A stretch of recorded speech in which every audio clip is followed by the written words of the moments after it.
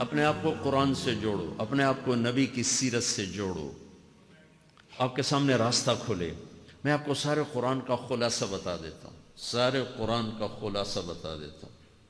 ایک چھوٹی سی سورت سارے قرآن کا خلاصہ ہے، یاد رہے گی تو فائدہ اٹھاؤ گی، نہیں رہے گی تو فقیرانہ آئے صدا کر چلے، میاں خوش رہو ہم دعا کر چلے۔ چلو تمہارا اتنا تو احسان ہے کہ بیٹھ کے سن رہے ہو۔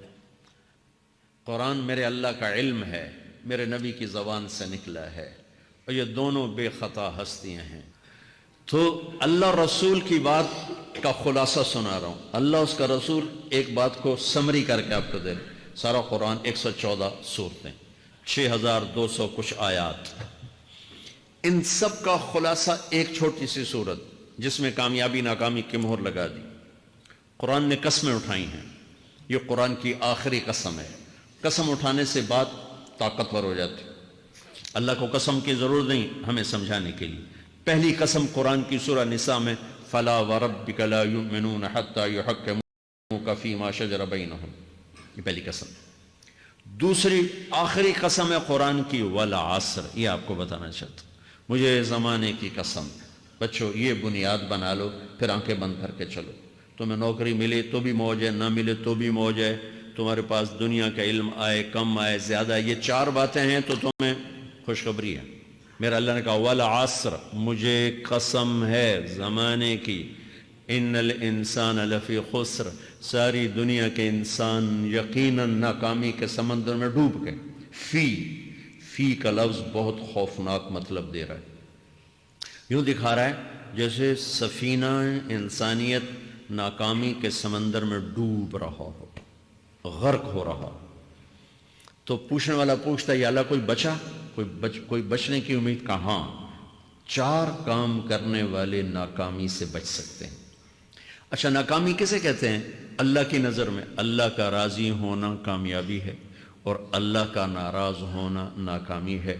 جنت کا مل جانا کامیابی ہے، اور جہنم میں گر جانا ناکامی ہے۔ یہ قرآن کا مفہوم ہے۔ فَمَنْ زُحْزِحَ عَنِ النَّارِ وَأُدْخِلَ الْجَنَّةَ فَقَدْ فَازَ، جو جہنم سے بچ کے جنت میں چلا گیا وہ کامیاب۔ ناکام کون ہے؟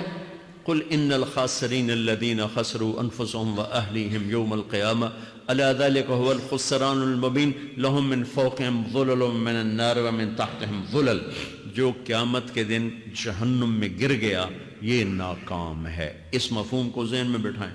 پیسے کا مل جانا ایک وقتی کامیابی، نہ ملنا ایک وقتی ناکامی ہے۔ یہ کامیابی ناکامی ہے ہی نہیں، یہ حالات ہیں، امتحان ہے۔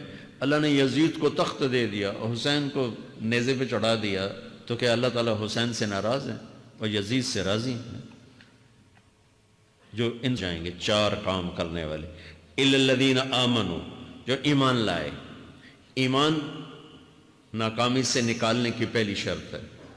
وَعَمِلُوا الصَّالِحَاتِ، جنہوں نے اچھے اعمال کیے، اچھا عمل ناکامی سے نکلنے کی دوسری شرط ہے۔ وَتَوَاصَوْا بِالْحَقِّ، جنہوں نے حق کی دعوت دی۔ یہ تبلیغ کا کام، جس کو آپ تبلیغی جماعت سمجھتے ہیں، یہ تبلیغی جماعت نہیں ہے، یہ میرے رب کی لگائی ہوئی ذمہ داری ہے ختم نبوت کی وجہ سے، کہ میرے نبی کے بعد اب کوئی نہیں آئے گا، تم اے امت محمد اس دعوت کے کام کو اور حق کی دعوت کو تم آگے پہنچاؤ گے۔ وَتَوَاصَوْا بِالْحَقِّ، یہ لازمی پیپر ہیں، کمپلسری پیپر، اس میں نقل بھی نہیں لگ سکتی ہے، یہ لازمی پیپر ہے۔ وَتَوَاصَوْا بِالْحَقِّ، کہ اب کوئی نبی نہیں آنے والا، لہٰذا ایک دوسرے کو تیار کرو، دنیا تک جاؤ، یہ تمہارے ذمہ ہے۔ یہ ناکامی سے نکلنے کی تیسری شرط ہے۔ چوتھا پیپر وَتَوَاصَوْا بِالصَّبْرِ، جنہوں نے صبر کی دعوت دی، صبر کیا۔ میرے بچوں، میرے عزیزوں، میرے بھائیوں، یہ چار ضروری پیپر ہیں اپنی دنیا اور آخرت کی کامیابی کو حاصل کرنے کے لیے۔ یہ چار ضروری پرچے ہیں دنیا اور آخرت کی ناکامی سے نکلنے کے لیے۔ والعصر، مجھے زمانے کی قسم، کیونکہ زمانہ گواہ ہے۔ زمانے کے اندر فرعون، قارون، حامان، شداد ڈوبے، برباد ہوئے، تباہ ہوئے۔ زمانے کی قسم۔ والعصر، مجھے عصر کے وقت کی قسم۔ یہ کیوں کہا؟ یہ ایک مطلب بیان کیا جاتا ہے، والعصر کے وقت کی قسم،